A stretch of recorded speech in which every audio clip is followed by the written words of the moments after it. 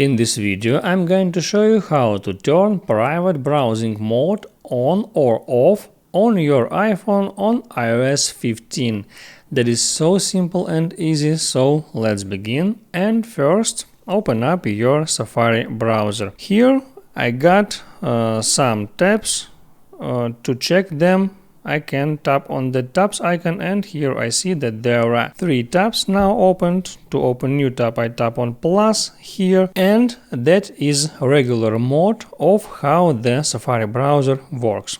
So, to open up the private mode, tap here on the tabs icon again, and there tap here on the center of the bottom to open up that menu, and here just switch your current mode to private.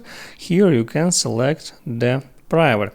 Now, browser works in private mode, and Safari wouldn't remember the pages that you visited and your search history, and all the data will be erased when you will close the tab. So let's check how it works. I can tap here on plus to add some tab. Here, for example, apple.com, and now you see that I'm on private mode because the address of the site is colored with some dark gray color. That means that I'm now in private mode. I can open another tab like Google, and here I see that there is gray color too. You can work here on private mode, and if you need to switch to regular mode, just make the same action, tap here and select the regular mode, and now you can continue browsing. So that's how it works. I hope it helps you, and before you go, please like